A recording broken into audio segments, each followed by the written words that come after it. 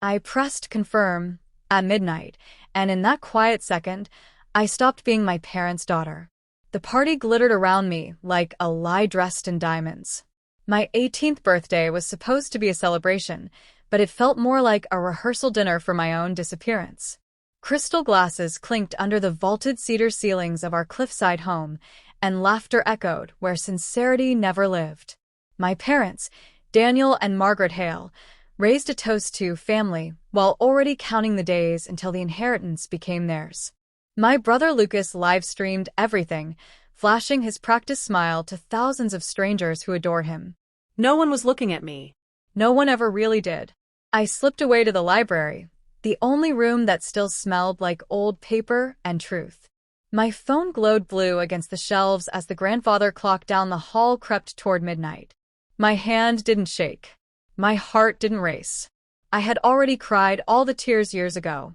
When the second hand clicked into place, I signed. With one digital stroke, I sealed the entire estate into a private trust they could never touch. The next morning, fog swallowed the coastline whole. I stood on the porch with cold coffee, watching a moving truck crawl up the gravel drive like a mistake that couldn't be undone. My parents' black sedan followed close behind. They stepped out smiling, the kind of smile that assumes obedience. "We've organized everything, Claire," my father said, waving the movers toward the door. "This house belongs to the family unit now. You'll be more comfortable in the guest cottage." He didn't notice the attorneys standing behind me, or the sheriff leaning on the railing. He didn't know that, legally, he was already a stranger here. The silence that followed was heavy, but clean, like a ringing that finally stops. As they argued with the law, my mind drifted backward, tracing the blueprint of how I became the woman who could lock her own parents out of a $5 million home. I was the invisible child. Not useless, necessary. Like a beam inside the walls, holding everything up while never being seen. Lucas was the sun. I was the gravity that kept him shining. When I was 12, I won a regional architecture competition. 3 months of careful work, toothpicks turned into a perfect bridge. I brought the trophy home, glowing. My mother barely glanced up. Lucas had scraped his knee. I was told to get antiseptic. The trophy sat on the counter for weeks before I moved it to the garage myself. That pattern became my life. My wins were whispers. Lucas's inconveniences were emergencies. At 17, I earned a full scholarship to a top architecture program. I didn't tell them right away. When they found out, they sold my car, the one I paid for with years of waitressing, to buy Lucas a professional drone. "You won't need it," my father said. "Lucas is the future." I didn't argue. I opened a notebook instead. That's when I learned something dangerous.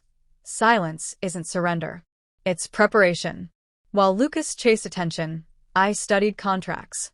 While my parents fantasized about selling the estate my grandfather built with his hands, I learned the terms he had left behind. He had raised me when they were too busy. He taught me that rotten wood can't be saved with gold trim.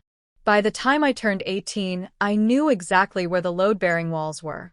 And I knew what would happen when I touched the right one. The fog outside began to lift.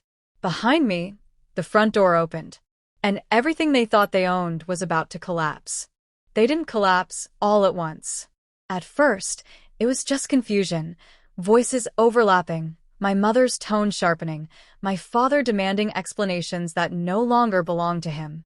"What is this?" Margaret snapped, staring at the attorney as if he were a stain on the porch instead of a man. "Why is there a sheriff here?" Jonathan Cole adjusted his glasses calmly. He had known my grandfather for 30 years and me for 3. That was enough. "Because this property is no longer under your control," he said. "And it hasn't been for several hours." My father laughed. A short, ugly sound. "That's not possible. Claire doesn't make decisions like this." That sentence hurt more than anything else. Not because it was wrong, but because it was exactly how they saw me. Jonathan turned to me. "Would you like me to explain?" I nodded once. "The trust became irrevocable at midnight," he continued. "Miss Hale is the sole trustee and beneficiary. You were never listed as successors." My mother's face drained of color. Lucas stopped filming. For the first time in his life, he didn't know where to point the camera. "This is insane," my father said. "She's a child." I finally spoke. "I've been an adult in this house since I was 10. The mover stood frozen, hands still on boxes that suddenly had no destination. Fog rolled between us like a curtain refusing to rise. The sheriff cleared his throat and asked my parents to step back from the door. That's when my Uncle Victor appeared, late as always, holding a thick manila envelope like a winning lottery ticket. "Don't worry," he said brightly. "I took care of it." I felt my stomach tighten. Victor had always smelled like cheap cologne and desperation. He handed the envelope to Jonathan with a grin that didn't quite hold. "This is the deed," Victor said. "Signed. Notarized. We're already approved for the loan." Jonathan didn't smile. He read. Slowly. Then he looked up. "This signature was made 3 days before your father passed," he said calmly. "On a day he wasn't conscious." The air shifted. Even the ocean seemed to pause. "And this notary," Jonathan added, tapping the page, "belongs to a firm shut down for fraud 2 years ago." My father's mouth opened. Closed. Margaret stared at Victor like she was seeing him for the first time. "That's impossible," she whispered. "No," Jonathan said. "What's impossible is pretending this is legal." The sheriff stepped forward. Victor took a step back. In that moment, something inside me clicked into place. Not rage. Not grief. Clarity. They had been so eager to push me aside that they hadn't noticed the rot standing right next to them.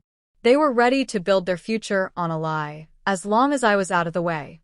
Lucas started crying. Real crying. He looked at me like I was supposed to save him. Like I always had. "Tell them," he said. "Tell them this is a mistake." I met his eyes. "You can't steal what you never owned." Margaret turned on me then, her voice breaking. "We raised you. You raised the noise," I said quietly. "Not me." The sheriff asked Victor to put his hands behind his back. My parents started talking at once, blaming, denying, begging. Family loyalty dissolved faster than the fog. I stood there, strangely calm, as the house behind me felt solid for the first time in years. I filed the trespass notice. 1 hour. That was all. As they scrambled, I walked inside. The door closed behind me with a sound I had waited my whole life to hear. A lock clicking into place.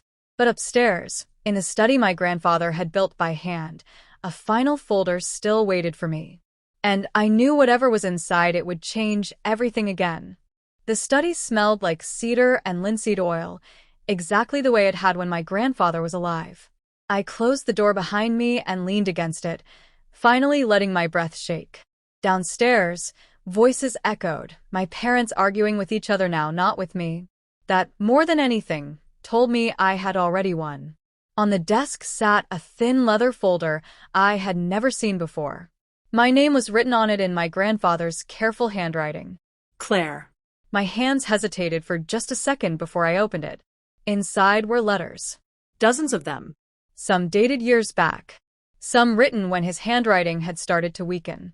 I sat in his old chair and began to read. "If you're holding this, it means I was right to worry," the first letter began. "And it means you were strong enough to act." Tears blurred the words, but I kept going. He wrote about my parents, about how they had once been hopeful, once curious, before comfort turned them lazy and money turned them cruel. He wrote about Lucas too, not unkindly but honestly.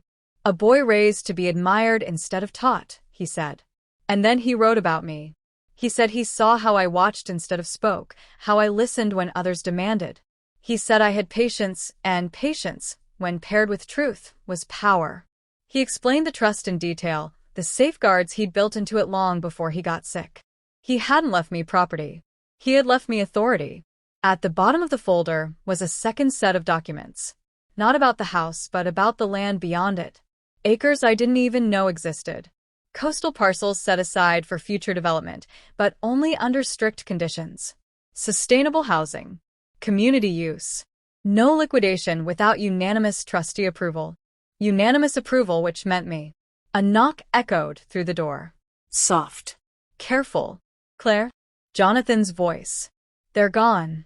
I opened the door and followed him to the balcony overlooking the drive. The moving truck was leaving empty. My parents' car sat packed and silent. Margaret was crying into her hands. My father stared straight ahead, like a man who had just realized the ground beneath him was gone. Lucas lingered near the car. He looked up when he saw me. For a moment, I thought he might apologize. Instead, he said, "You didn't have to do this." I felt something inside me finally settle. "Yes," I replied. "I did." They drove away, without another word. That night, the house felt enormous. Not lonely, just quiet in a way I wasn't used to. I walked through each room slowly, touching the walls my grandfather had built, the beams my parents had never noticed. I slept in the master bedroom for the first time in my life, not because it was grand, but because it felt honest. The next weeks passed in a blur of paperwork and security changes. Locks replaced. Accounts frozen. Lawyers called. Victor was formally charged. The loan he had taken out using the forged deed unraveled like a cheap suit. My parents tried calling, then texting, then showing up. I didn't answer. One afternoon, I found my mother waiting at the gate. No makeup. No rehearsed smile. "You're punishing us," she said. I shook my head. "I'm protecting myself." She asked where we had gone wrong. I almost laughed. Not cruelly. Just tired. "You never saw me," I said. "And when you finally did, you tried to erase me." She left without another word. At night, I worked at the old drafting table. I sketched plans for the land my grandfather had trusted me with: small homes, solar roofs, shared gardens. Something built to last. Something honest. But beneath the calm, something still waited. Because I knew my parents, and people who feel entitled to everything rarely accept losing quietly. The silence wasn't over yet. It was just gathering weight. The first letter arrived 6 weeks later. It wasn't handwritten. It wasn't emotional. It was legal. My parents were contesting the trust. Jonathan called me as soon as it landed on his desk. "I expected this," he said gently. "It doesn't mean they'll win." "I know," I replied. And I did. What surprised me wasn't the challenge, it was how little it shook me. Years ago, this would have destroyed me. I would have replayed every childhood moment, searching for proof that I owed them something. Love. Obedience. Silence. But standing in the kitchen my grandfather built, sunlight spilling across the stone floor, I felt steady. Anchored. "They're claiming undue influence," Jonathan continued. "They're saying your grandfather was manipulated." I looked at the wall where my grandfather had carved his initials into the beam. "He taught me how to stand upright," I said. "That's not manipulation." The hearing was scheduled for early spring. In the meantime, life moved forward. Quietly. Intentionally. I met with environmental planners. I walked the unused acres at dawn, learning the land the way my grandfather had taught me, by listening first. I hired local builders. People who still believed that work mattered. One afternoon, Lucas showed up alone. He looked smaller without the cameras. Without the audience. "I lost everything," he said flatly. I waited. "They turned on me," he continued. "Mom says this is all your fault." I nodded. "I know." He swallowed. "I didn't know about the forgery." "I believe you," I said. And I did. That was the tragedy of him. He was raised to consume, not to question. He asked if I could help him. I thought about it carefully before answering. "I can't save you," I said. "But I can tell you the truth." He didn't like that answer. But he thanked me anyway. The hearing lasted one day. One brutal, clarifying day. Medical records. Witness statements.